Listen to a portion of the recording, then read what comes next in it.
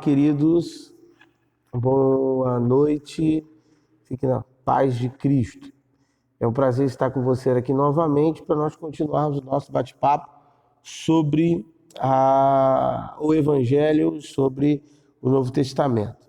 Continuando ainda um pouco para nível de informação, um detalhe importante para que você entenda a estrutura e as perspectivas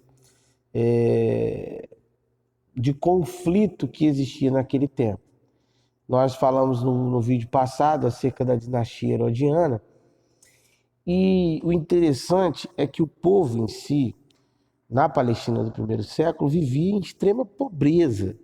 Havia muita desigualdade, muita gente em situação muito complexa, pedintes, inúmeros ali naquela região.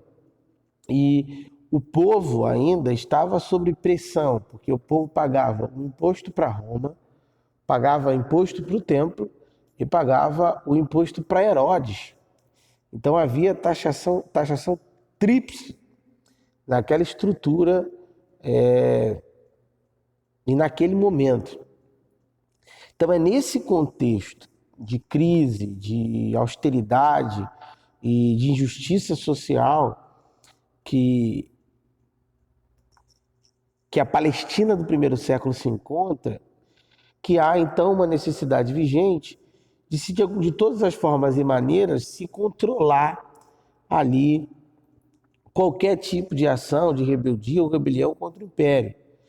E a gente percebe claramente, até à luz das estruturas dos textos bíblicos, o quanto que a liderança religiosa, que também era liderança política, estava extremamente antenada e ligada ao Império Romano.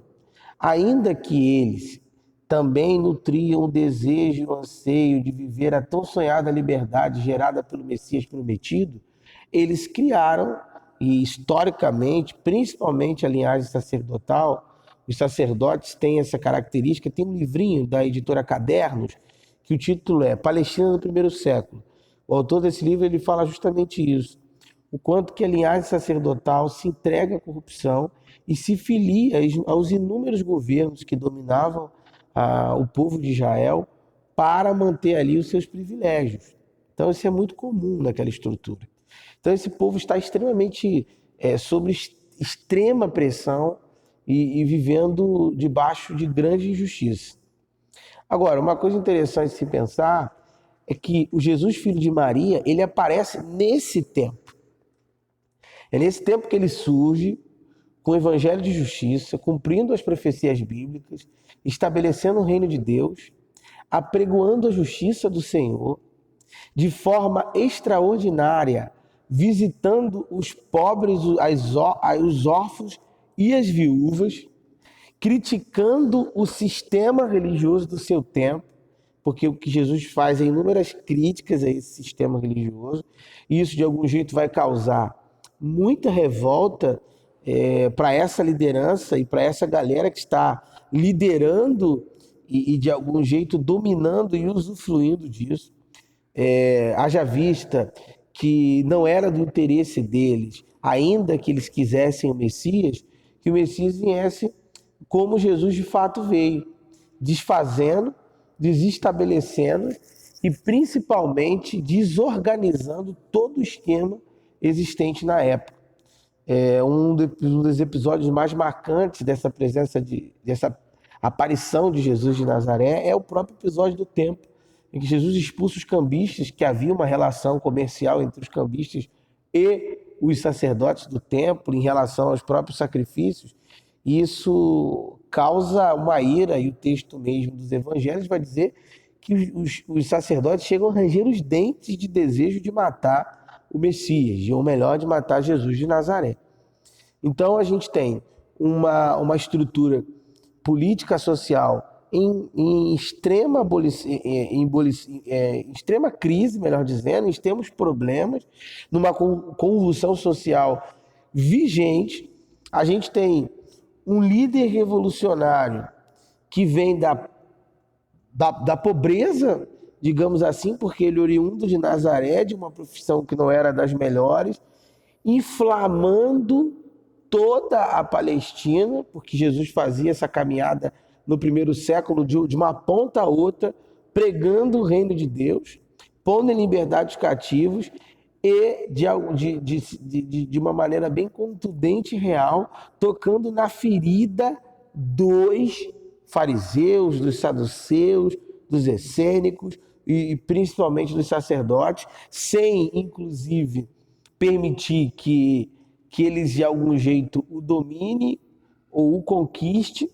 Ele não cria nenhuma aliança e não fixa nenhum tipo de aliança política religiosa com nenhum desses grupos, mas ele, de fato, aparece nesse cenário para estabelecer o reino de Deus.